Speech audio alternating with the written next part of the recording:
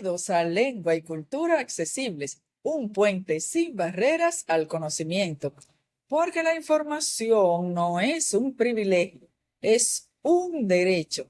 Y hoy, como habrán notado, seguimos hablando entre mujeres, porque mis invitadas especiales del episodio anterior aceptaron muy gustosamente la invitación a continuar hablando, esta vez de maternidad y discapacidad. Bienvenidas, Alba Polanco, bienvenida, Vicky Quesada. ¿Cómo se sienten hoy? Un placer, muchísimas gracias por estar de nuevo aquí con ustedes.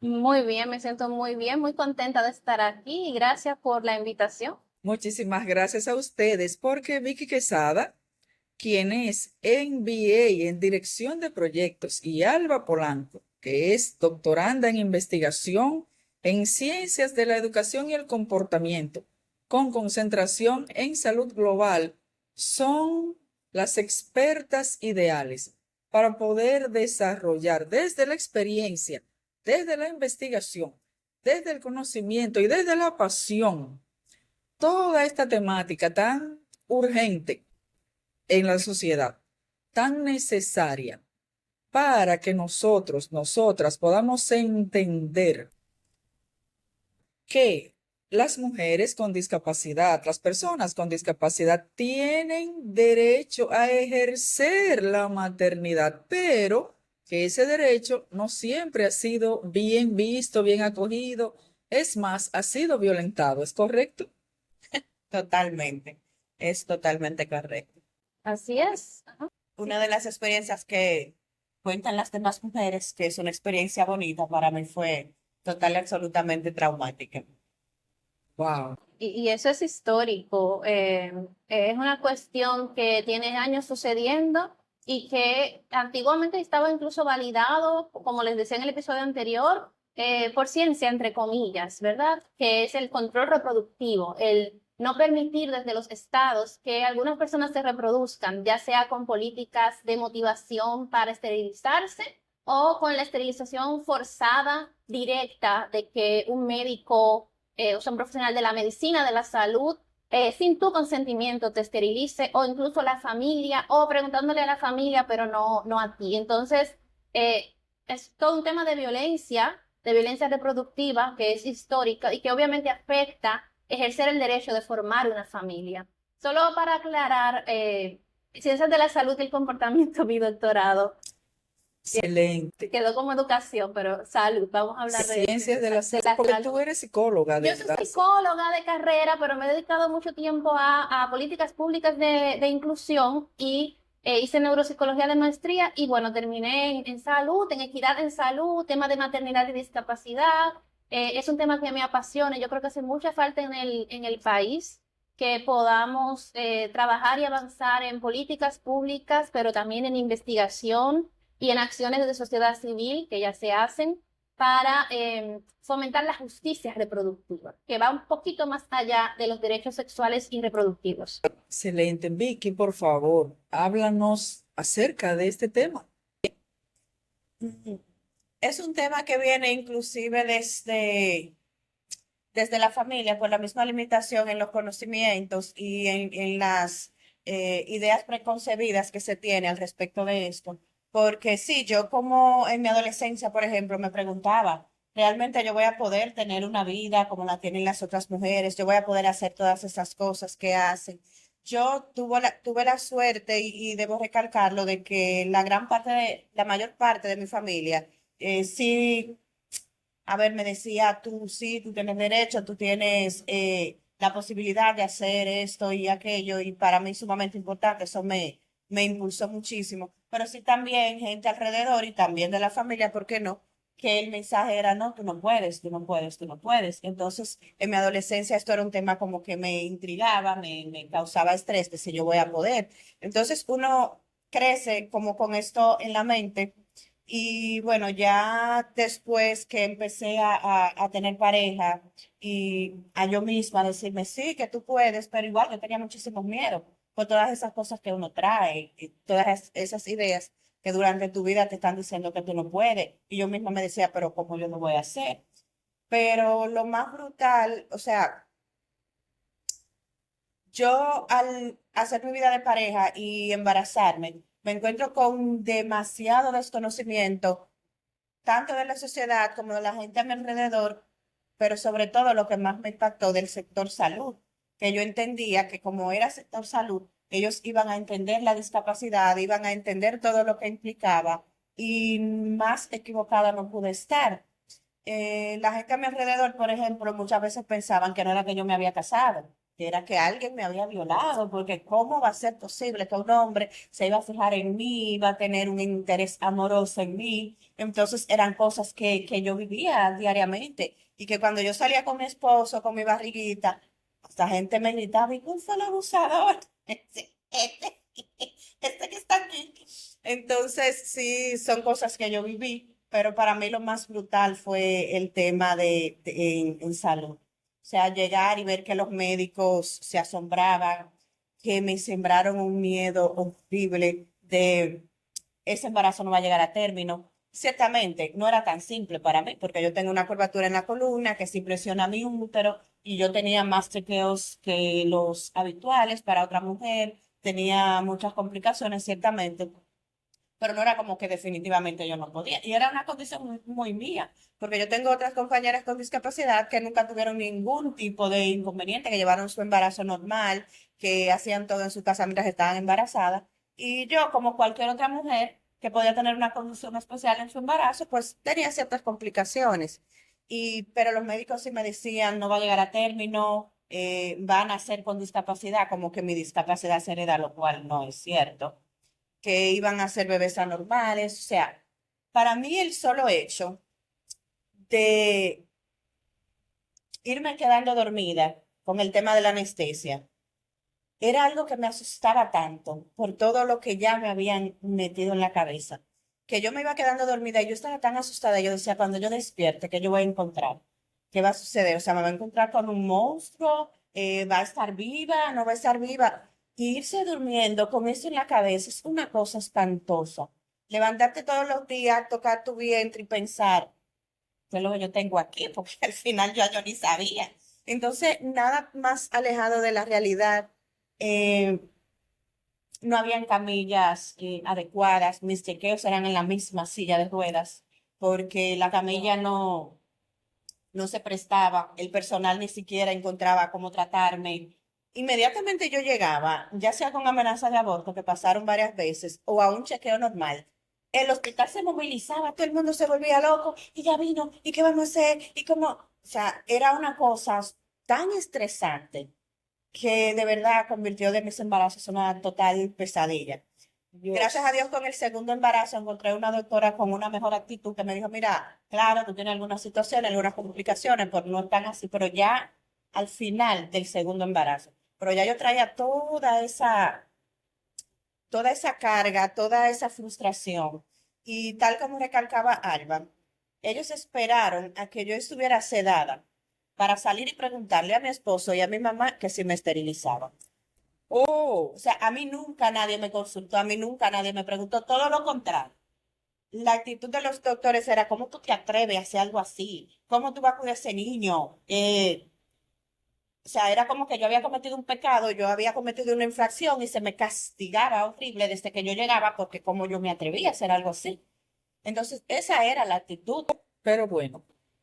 Entonces, ellos esperaron a que yo estuviera dormida, le preguntaron, mi esposo en ese entonces y mi mamá les dijo que era una decisión mía, que porque ellos no me preguntaron a mí. Y la doctora le dijo campantemente, no, es a ustedes que le estamos preguntando. Y mi mamá le dijo, no, si ustedes no le preguntaron a ella antes de dormirse, no hay nada que preguntar.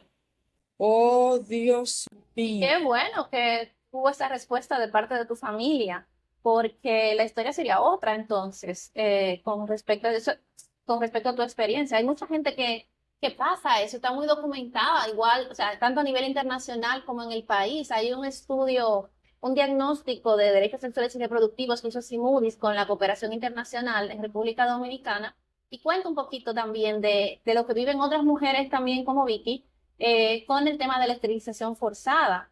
Eh, y está el tema, por ejemplo, que se ha estudiado en otros países del riesgo a perder el cuidado de sus hijas luego que nacen, porque se considera que no pueden cuidarlos y que no son buenas cuidadoras. Entonces, a veces sí llegan a tener los hijos, pero entonces el sistema de protección infantil muchas veces entiende que ya por tú tener una discapacidad es un riesgo, porque son actitudes que han calado hacia las instituciones y se vuelven no solamente un tema de personal o interpersonal, sino también un tema de barreras institucionales.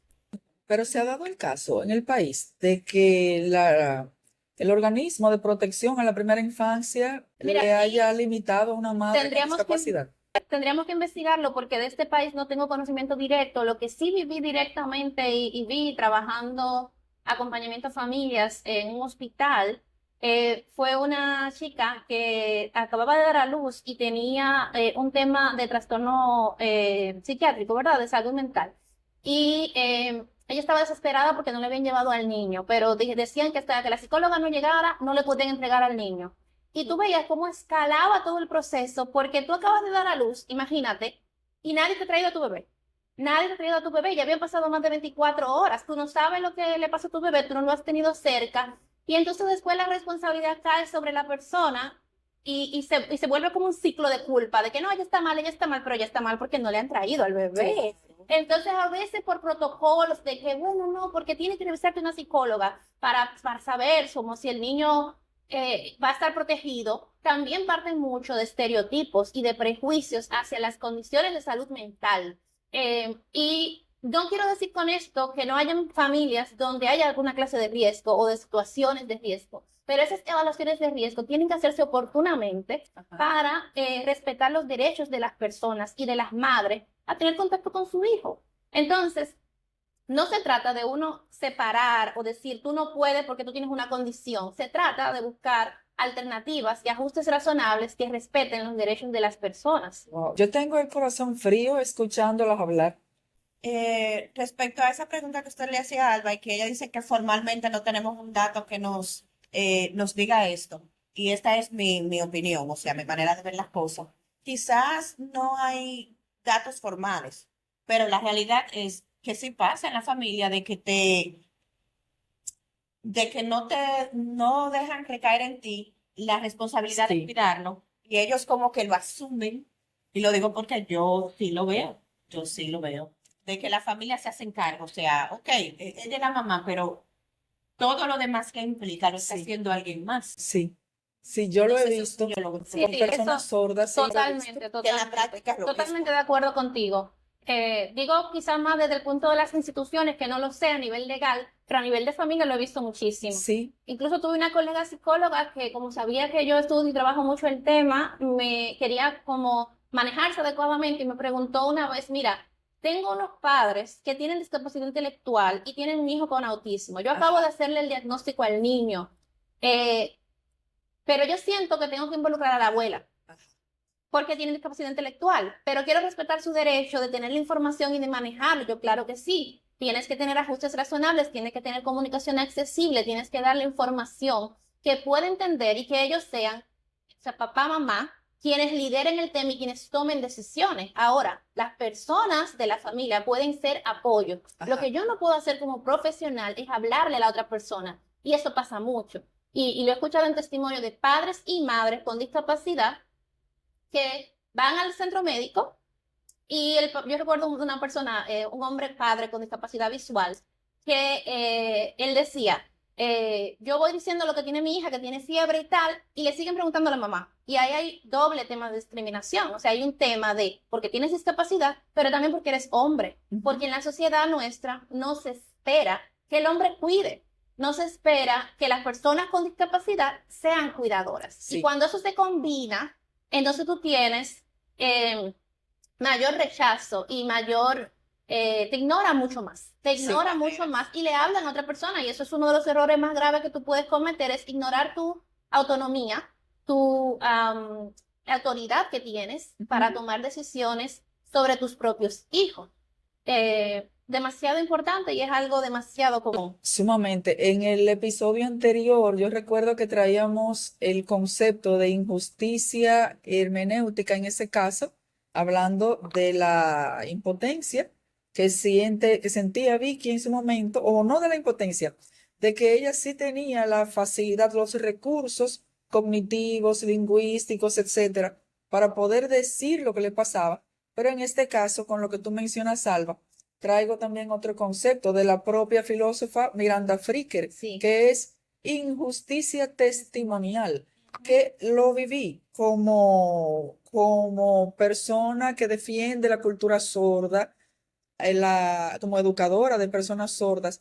He vivido, no en carne propia, sino el testimonio de personas sordas que van al médico o llevan a sus hijos al médico, pero a ellos, como personas sordas adultas, conocedoras de su situación, no les, no se les toma el testimonio, no les hacen caso, sino al niño pequeño. Yo quiero aportar en este punto lo siguiente, igual, porque yo me ha pasado eso ya como a manera ya más por encimita, de que yo he ido a acompañar a personas que están enfermas, mi hija, el que solía ser mi esposo y demás, que ellos están enfermos. Yo voy como apoyo de él y entonces ellos le preguntan a él que a mí qué me pasa. Oh, Dios. Y yo, a mí nada, a qué le enfermo es él. Y con eso de la injusticia testimonial, a mí me pasó con el mismo tema del embarazo.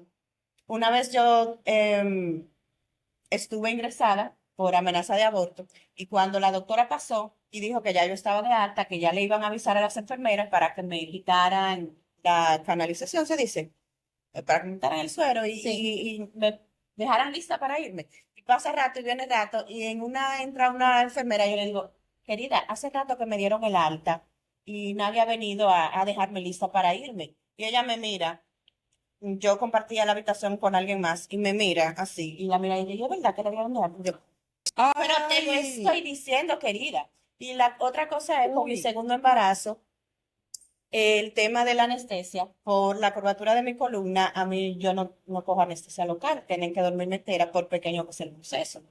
Entonces es algo que ya yo sé, porque me lo dijo un médico, porque lo viví y yo lo sé.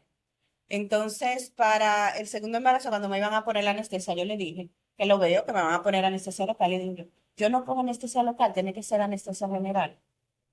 A mover el hospital entero porque mi palabra no vale, no, yo no conozco mi eso es. experiencia, qué sé yo no soy médico. Sí. Y a revolver todo el hospital, a intentar darme 3 pinchazos con lo que duele, para después, es cierto, hay que ponerle anestesia general. Ay, ay, ay, ay, ay, ay. Eso pasa muchísimo y también que otros interpreten tu experiencia y Sí, quieren ponerle nombre y palabra a lo que tú estás diciendo porque tú estás equivocado. Entonces, a mí sí. me pasó también como persona que vive con TDAH y con otros temas cognitivos, que yo estaba expresando a una persona conocida que trabaja en salud cómo para mí se vive esto. Yo digo, me decían como que era una bendición o que era algo diferente y que yo no. Que no recuerdo la palabra que usé, pero fue algo que para mí era negativo en el sentido porque me ha traído muchas consecuencias negativas, es como yo lo interpreto.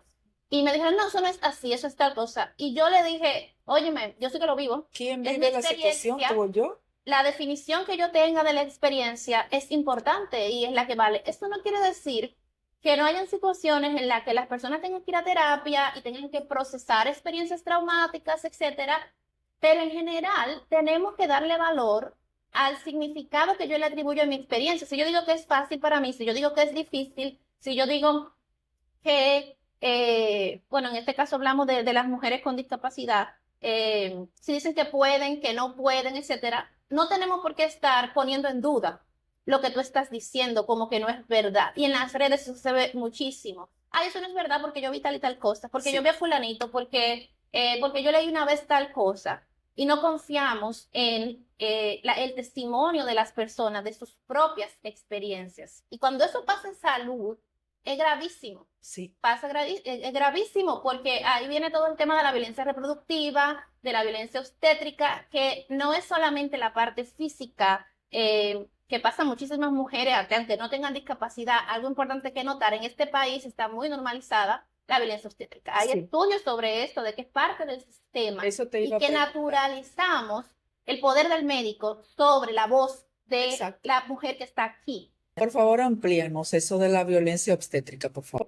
Bueno, lo que quería decir era que la violencia no empieza solamente con el momento en el que tú haces algo, empieza con la concepción de que esa persona que está ahí no tiene voz o de que la autoridad y el conocimiento válido, que es lo de injusticia que estamos hablando epistémica de Miranda Fricker, que el testimonio de esa persona, que la experiencia de esa persona no es válida y que yo tengo más conocimiento y que yo soy el propietario o propietaria del conocimiento porque soy la experta, porque soy la doctora. Y además, obviamente, se combina con otras identidades de las personas y sobre lo que entendemos de esas identidades. Por ejemplo, las madres adolescentes viven muchísima violencia porque entonces le dicen, tú no querías disfrutar, para no decir otra palabra, como le dice. Termina experimentando que se ignore sus experiencias, que vivan más dolor, que sean Sí, sometidas muchas mujeres a experiencias sin su decisión, por ejemplo, que no hay un parto respetado. y de Eso es insultos. muy común. Sí, a vivir insultos puede ser. Y esto no es una cuestión de culpar a toda la clase médica ni de decir que todo el mundo lo hace, pero sucede como cuando igual hablamos de los hombres que violentan y tal. No todos los hombres, No, pero Pero muchos siempre son hombres. Pero tampoco, no todos los médicos, pero sucede en el espacio médico y en un espacio donde ya tú estás en un momento de tu vida muy sensible, donde tú muchas veces necesitas apoyo, y por eso el trabajo de las dulas de parto, por ejemplo, tú necesitas apoyo para tomar decisiones, no porque tú no tengas tus propias decisiones, sino porque estás en un momento de dolor. Sí, Y en el momento de dolor hay prioridades para el cuerpo y para el cerebro. Entonces, de repente, ante situaciones donde hay que tomar una decisión rápida, hay personas que te pueden recordar y tu familia y defender tu posición. No, mira, ella quería esto, ella prefería esto. Y obviamente hay temas médicos importantes, pero todos los temas médicos en cualquier área de la salud se discuten con el paciente, se conversan. Obviamente hay emergencias, pero también hay eh, cuestiones que tienen que ver con qué yo quiero para mi bebé, qué es prioridad para mí, si quiero piel con piel, que está sumamente recomendado para el apego. Pero nada, la verdad es que hemos definido la salud de las mujeres y el parto como algo muy medicalizado. Se han medicalizado muchísimo y cuando se combina eso con discapacidad, viene el modelo médico de la discapacidad que dice, yo estoy aquí arriba como personal de salud, tú estás aquí abajo, tú escuchas, yo decido. sí. Y eso genera violencia en cualquier contexto. Excelente, Vicky. Tú ejerces la maternidad. Tienes unas necesidades, unos deseos, unas ambiciones, unas aspiraciones. Cuéntanos, por favor, ayúdanos a entender. Cuando una mujer con discapacidad ejerce la maternidad y tiene una necesidad, ¿qué debemos hacer los que queremos ayudar? Es que mira, mi experiencia, digamos que por el momento en que yo viví la parte de tener un bebé o de tener un niño, eh, teniendo yo una discapacidad, fue un momento diferente también del que se vive hoy.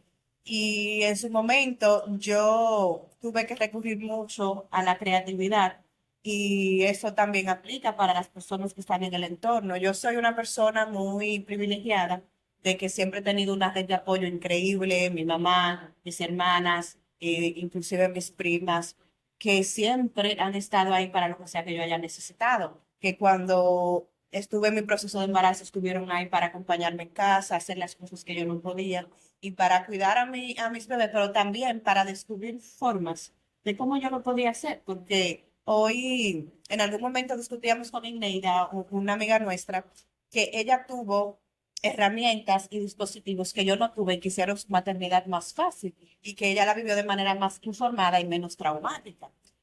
Por ejemplo, el mismo hecho de que si yo necesitaba moverme con mi bebé de algún lugar de la casa a otro lugar de la casa y no había nadie para hacerlo, o aunque hubiera alguien y yo quería yo transportar a mi bebé, para mí era muy complicado porque yo no tenía un dispositivo ni una forma quizás, como hoy sucede, de yo poder moverme con ella. Y entonces yo tenía que recurrir mucho a la creatividad. Una de las cosas que yo hacía era Por ejemplo, la bañerita donde yo la bañaba, yo le ponía una colchita, yo la ponía ahí dentro y yo, según me iba moviendo, la empujaba con la silla. Pero mi mejor amiga no tuvo que pasar por eso. Ella usaba un dispositivo que ella se lo ponía aquí, y ella metía el bebé ahí, lo resguardaba bien y ella se podía mover. Ella aparte tiene un aparato que con control que empuja la silla. Ella puede empujar un carrito a la vez que su dispositivo le empuja a ella. Yo no tuve nada de eso. Entonces yo tenía que recurrir más a la creatividad.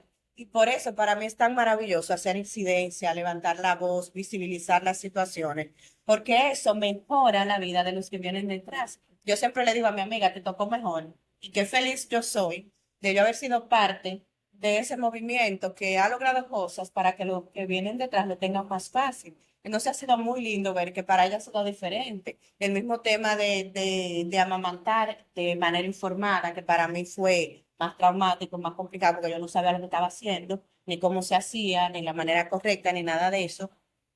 Pero ella tuvo asesoría de otras mujeres que le enseñaban cómo amamantar de manera correcta, cómo era la mejor técnica, cosa que yo no tuve. Entonces, ha sido mucho como en la parte mía de tener creatividad y lo que hemos trabajado en todo este proceso.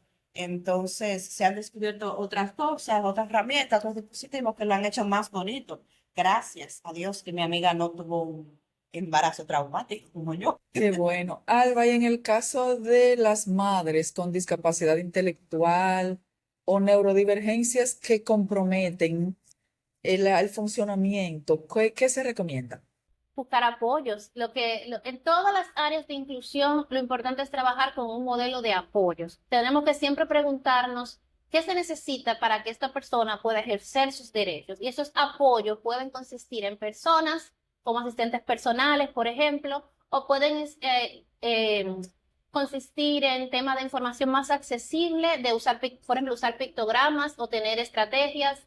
Hay veces que las personas por ejemplo, en discapacidad física o incluso intelectual, no, quizás no puedan hacer algo físico, pero pueden mantener su autonomía. Independencia y autonomía no es lo mismo. O sea, yo puedo necesitar apoyos de otra persona para ejercer la maternidad, eso no me hace menos madre, y puedo tener autonomía de tomar decisiones sobre la crianza o sobre cómo yo quiero que se hagan las cosas. Entonces, yo creo que las mujeres con discapacidad intelectual enfrentan muchísimas más barreras.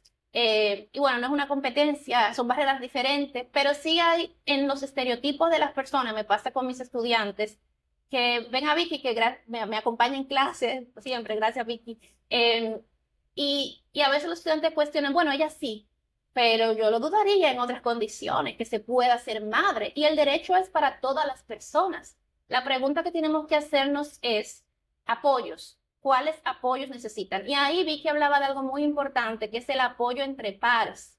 Y también, bueno, voy a hablar de dos cosas que tú mencionaste las dos. El apoyo con otras personas que han vivido experiencias similares y que me ayudan a entender que no estoy sola y que hay estrategias y que yo puedo aprender esas estrategias de, ¿cómo cargaste el bebé? O ¿cómo hiciste esto? Genial. Pero también que los servicios que hay para la crianza, los equipos que hay que enseñen a madres a cómo amamantar a su bebé, por ejemplo, sean accesibles y que estén libres de discriminación para que cualquier persona pueda participar y obtener esa información y aprender y ejercer su derecho. Igual los espacios que están diseñados específicamente para personas que tienen discapacidad intelectual o que tienen, por ejemplo, autismo, hay varios, por ejemplo, que en el país y en otros sitios, que se enfocan en vida independiente, pero se olvidan o pueden olvidarse porque de repente lo están haciendo. Yo sé que hemos avanzado mucho en el país y hay temas de sexualidad que se están tocando y llegaremos al tema de maternidad o parentalidad. Pero yo no puedo solamente concentrarme en que la persona prepare alimentos, en que sepa buscar un trabajo, en que sepa hacer un CD. Yo tengo que pensar en la parte también de enamorarme, o sea, tener pareja, tener hijos. Y bueno, el otro día hubo, creo que una obra de teatro, Sí, hubo una obra de teatro, eh, y creo que por eso digo que hay avances en el país, que hay avances. Hablaba de enamoramiento, personas con síndrome de Down, etcétera. Y eso va cambiando la idea que tienen las personas sobre qué significa ser padre o madre teniendo una condición. Y, ¿verdad? Y vamos normalizando ese tema y vamos pensando en qué apoyos se necesitan. Y no vemos apoyo como negativo, ¿verdad? Porque Sí, todos necesitamos apoyo en algún momento, claro. todos somos interdependientes. Entonces, lamentablemente hemos sido educados a que si tú necesitas muchos apoyos, tú estás mal, tú eres diferente y la diversidad es parte de la naturaleza humana. Y se está enseñando eso en las universidades, perdón, al sector salud. Mira, yo trabajo en psicología. En psicología estamos trabajando con este tema, ¿verdad? En salud sé que se ha tocado temas de violencia reproductiva, sé que se ha priorizado mucho el tema de violencia obstétrica en el país. Creo que todavía falta trabajo por hacer, pero también estuve un tiempo trabajando con UNICEF en cuidado para el desarrollo infantil, que era trabajando con profesionales de la salud, y ahí incluimos el tema de cuando los padres o madres tienen discapacidad, porque esta estrategia que estuvo con el SNS trabajaba el tema de enseñarle a los profesionales cómo priorizar el contacto padre-madre con bebé. Entonces, en vez de yo como profesional decirte, haz esto, haz lo otro, o yo jugar con el bebé Sí. y tal, yo ayudo a que papá y mamá lo hagan ellos, Ujú. celebren ellos, se refuerce, oh, pero yo puedo, se ríe conmigo, juega conmigo, lo hago ahí porque yo estoy dirigido a lograr esa interacción entre papá y mamá. Entonces ahí, cuando estuvimos trabajando ese tema, incluimos y fue parte de la formación el tema de discapacidad. Entonces yo creo que han habido avances, o sea, perdón, de discapacidad más allá de un niño con discapacidad. Porque Sí. cuando pensamos en maternidad y discapacidad, o pensamos en primera infancia y discapacidad, pensamos en el niño con discapacidad. Y no pensamos en mamá, papá, pueden tener discapacidad. Entonces, un buen desarrollo infantil para un niño amerita que yo piense en las condiciones de los padres y de su entorno y en cómo los padres se sienten, cómo los padres viven esa experiencia. Entonces, Vicky puede tener toda la capacidad del mundo de criar o educar, Sí. pero si el mensaje constante que ella recibe de la escuela, de donde ella lleva a los niños a centros de salud, es tú no puedes, o yo lo hago mejor que tú, su relación con sus propios hijos se puede afectar porque su autoeficacia disminuye.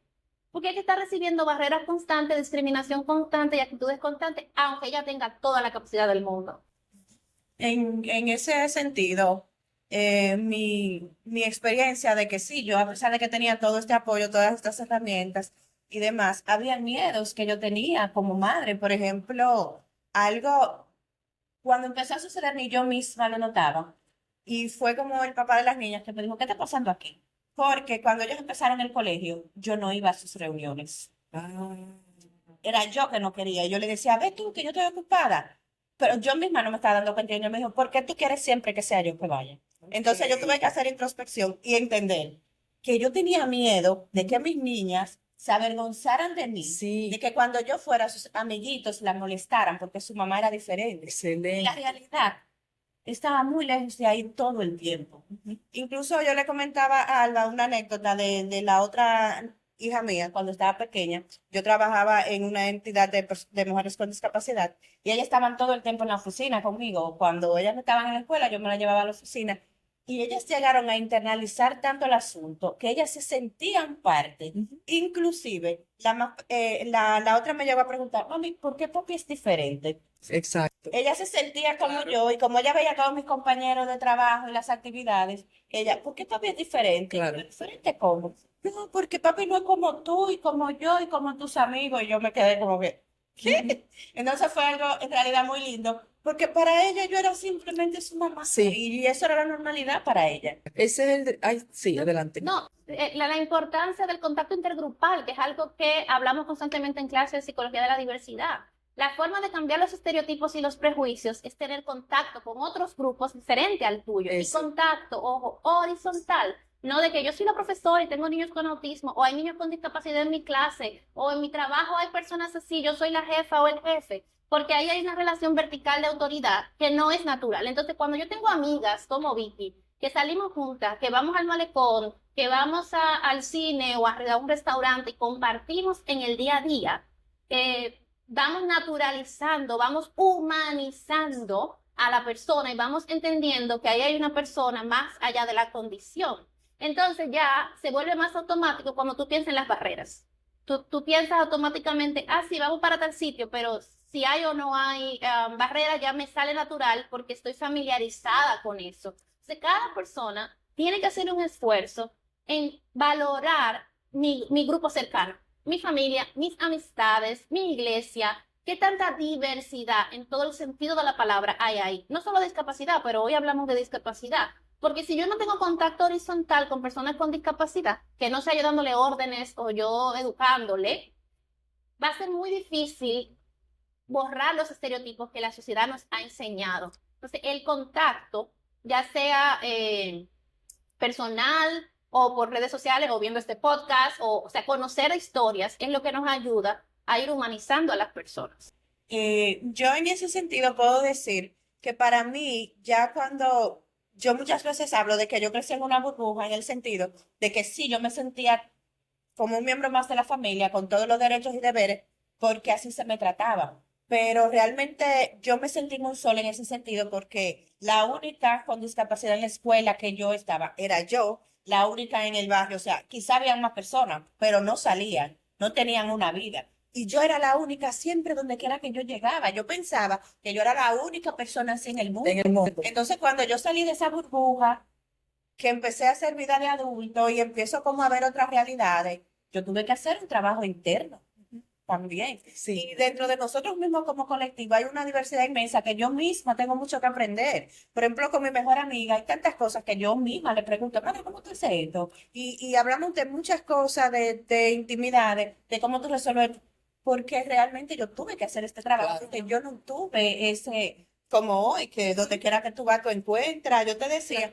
que no está, falta muchísimo trabajo para Sí. hacer, pero no estamos donde estábamos. No, Porque hoy tú no, no, sales no, no. y tú ves a las personas manejando, tú lo ves en el trabajo, tú lo ves dando tu servicio, tú lo ves en la discoteca, tú lo ves en los bares, tú lo ves en los restaurantes. Tú estás viendo a la gente haciendo vida. Y eso es hermosísimo. Sí, Eso es hermoso. definitivamente. Algo que hablábamos una vez Vicky y yo era como la diferencia económica que hay y cómo lo económico impacta la experiencia de discapacidad que tienen las personas. Totalmente. Y ahí vemos el tema de la interseccionalidad. Entonces, no solamente tú eres mamá y tienes una discapacidad, se combinan otras cosas. Y a veces, cuando valoramos desde nuestra perspectiva y de lo que conocemos del mundo, caemos en el gancho de juzgar esto, o sea, de juzgar a otro, decir, no, eso es fácil, eso es difícil, eso no es así. Y ahí entramos a lo que se llama etnocentrismo, que ahí en sociología es un etnocentrismo de clase, ¿verdad?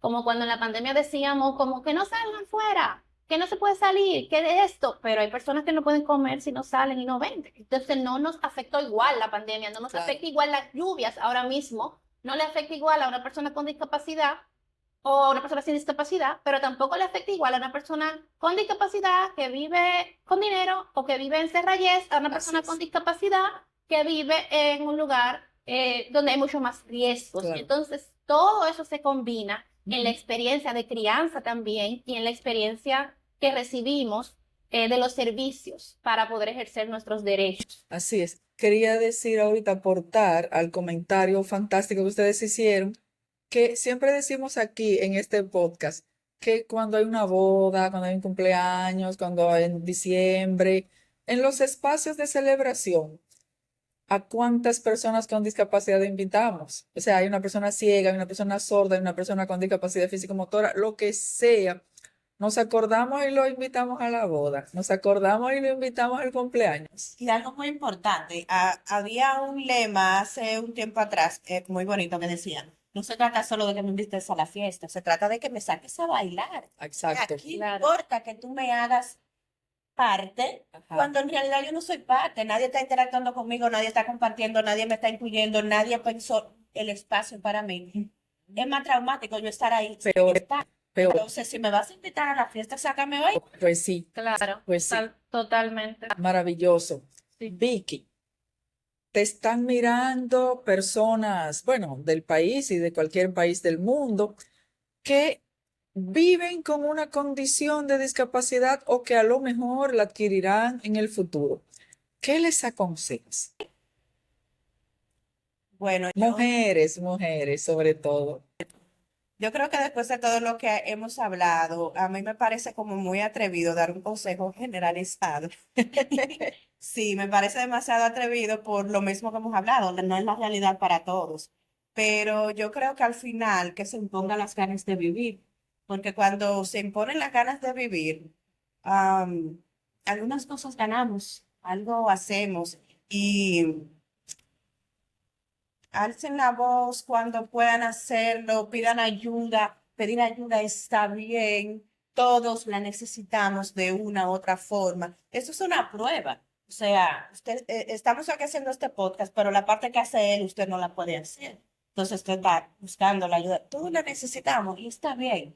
No significa que tú no seas independiente porque tú necesites que alguien te apoye, o saliendo de tu casa, o montándote en el auto, o que te lleven a la escuela, que se pongan las ganas de vivir. Yo creo que de una manera atrevida, esa sería como el mensaje, porque no me atrevo a ir más allá por lo mismo, porque sé que la realidad no es igual para todos. No me vale a mí decirles, salgan y háganlo y logren lo que ustedes Sí, pueden. No, yo sé que hay condiciones a tomar en cuenta. excelente, gracias, Vicky Alba.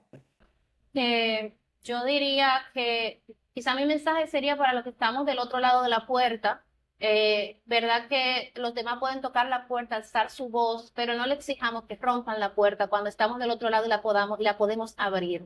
Entonces tenemos siempre que preguntarnos, ¿qué yo puedo hacer aquí? En lo poco que yo estoy haciendo, en el espacio que yo estoy, ¿cómo lo hago accesible? ¿Cómo pienso en la posibilidad de que una mujer puede ser madre, puede tener pareja? ¿Cómo me expreso? Para mí, esto tiene que llevarse a lo más mínimo de mi vida. O sea, yo compré una estufa que no hemos podido estrenar en conjunto, Vicky es mi amiga, pero mi estufa, el horno, es accesible, se abre hacia los lados. ¿Por qué? Porque yo no puedo tener en mi casa algo que no me permite invitarla. Exacto. Entonces, que no nos permita que participemos. Entonces, en decisiones tan pequeñas, aunque en este momento de repente yo no lo necesite, Ujú.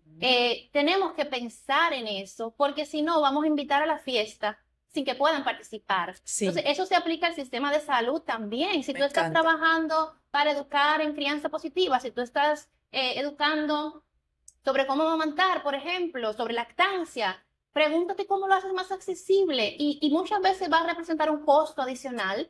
Tú de repente tienes que pagar intérprete, tienes que buscar otro espacio accesible para que podamos venir, pero ese costo es nuestra responsabilidad porque hemos diseñado y hemos sido parte de un diseño que deja fuera a otras personas. Y Claro. es parte de nuestra responsabilidad desconstruirlo y arreglarlo y mejorarlo para los demás y no poner esa carga sobre el que está siendo excluido. Así es. Y lo del costo depende, sí, adelante. A mí me gustaría aportar en esa parte una última cosita y es que la gente cree que solucionar el tema es algo macro y que es de algunos, responsabilidad del gobierno, responsabilidad de ciertos sectores. Yo siempre digo, la discapacidad es un tema de todo, porque hay siempre una forma en que tú puedes aportar. Sí, No hay nada más que tú puedes hacer para influir en el sistema. No use mi parqueo, no use mi baño.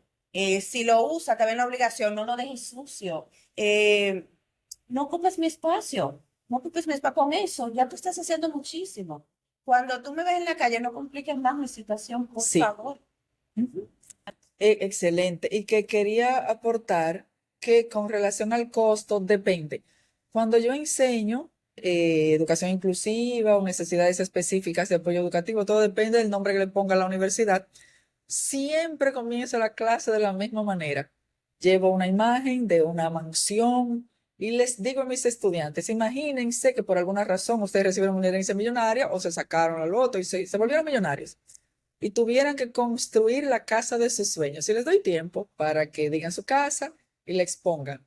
Y luego yo le digo cómo sería la casa de mis sueños, así mismito. Todo el mundo puede entrar. Una abuelita de 95 años y un bebé de 1 año puede entrar, puede bañarse, se puede acostar, puede utilizar, se puede entrar a un comedor. O sea, todo lo que se hace en una casa, el jardín, lo que sea. Vamos haciendo un tour por toda la casa. Lo puede hacer desde un niño de 1 año hasta una abuelita de 95 o de 108. Si yo me rompo una pierna y tengo que andar con muletas o puedo hacerlo, puedo subirme a esa cama, puedo sentarme a esa mesa Y eso como que ya, como que ubica a los estudiantes. Ah, es que no se trataba de comenzar a poner ascensores. Se trataba de que desde que yo diseñé lo que sea, lo Claro. diseñé pensando en que el mundo no está hecho solo. Ujú, Decíamos en el podcast anterior, desde el modelo capacitista, claro. desde ese paradigma de cuerpo, desde ese paradigma de habilidades. Ujú. Yo creo que un punto importantísimo que no quisiera que terminemos sin hablar de eso es en la parte positiva de todo esto, de la experiencia de maternidad, Sí, porque sí es verdad que hay barreras y estamos también aquí sobre todo para que las personas sepan que existen barreras y qué pueden hacer sobre esas barreras, pero también hay gozo, placer. Hay, en la experiencia de vivir con discapacidad hay aspectos positivos. Mucha gente cree que hay un sufrimiento natural solo porque hay una condición y de una vez viene, ay, pobrecito, ay, tal cosa. Y, muchas veces o sea, es parte del día a día, es parte de la vida. Y obviamente no me refiero a lo que hablábamos en el otro episodio de cuando hay barreras extremas y eso no es lo que parte de la vida. Lo que quiero decir es que, que por tener una condición tu vida no es una vida de sufrimiento. Y muchas veces las investigaciones se enfocan ahí, buscando lo malo, buscando la barrera, buscando cómo tú estás sufriendo y para resaltar eso. Pero también hay parte positiva en la experiencia. Nuestra amiga en común una vez me escribió porque sabe que yo disfruto mucho el tema y me dijo, estoy feliz, mira lo que encontré para poder cargar a mi bebé.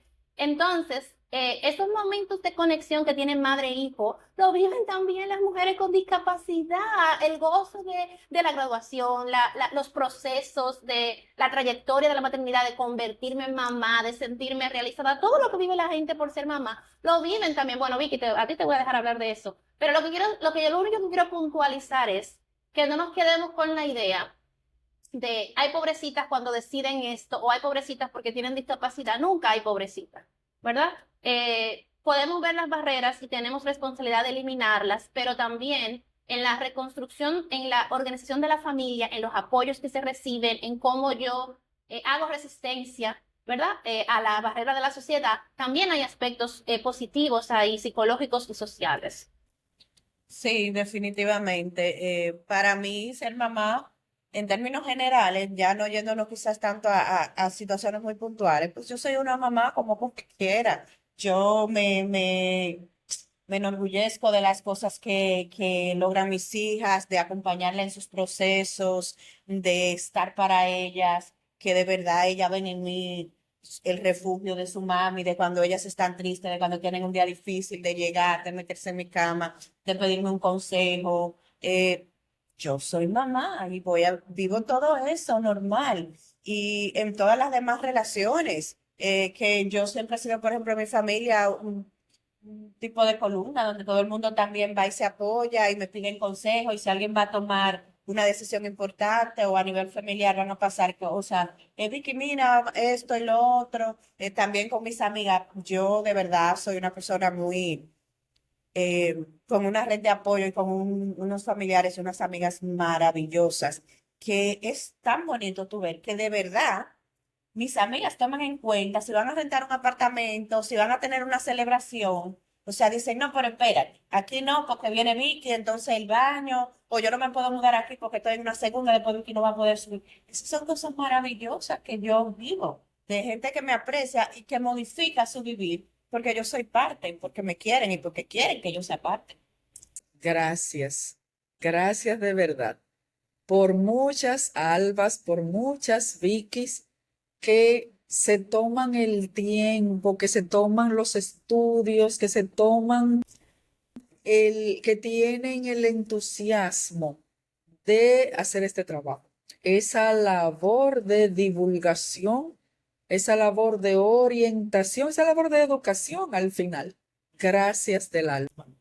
También gracias por más personas como ustedes. Alba me comentaba el otro día, yo no sé si sea yo quien debe estar haciendo. Yo le decía, Alba, alguien lo tiene que hacer. Y si no lo estamos haciendo nosotros, pues empieza tú y ponnos en la mesa, porque alguien lo tiene que hacer. Entonces, gracias a ustedes por también ser parte de todo eso, de este crecimiento, de visibilizar. Para nosotros es importante. Yo es algo que valoro muchísimo. Gracias. Gracias por invitarnos. Y gracias a Access Team en la persona de su hacedor, de su coordinador, de su jefe, Jonathan Javier. Te queremos, Jonathan, te amamos. Ya tú sabes, Jonathan, que tienes tu team aquí. Él sabe que sí. Entonces, Access Team es quien hace posible que todo esto que se dice en lengua y cultura accesibles llegue a todos ustedes, personas sordas, personas oyentes, a todo el mundo. Y Access Team está presente en todas las redes sociales con el mismo nombre, @AccessTeamRD, en absolutamente todas las plataformas, en el teléfono 849-815-4425. De igual manera, queremos dar unas gracias especiales a Neudis Quesada, quien ha tenido la paciencia y la actitud generosa, amable, humana, de hacer técnicamente este episodio. Muchísimas gracias. Y gracias a la Pucamaima también.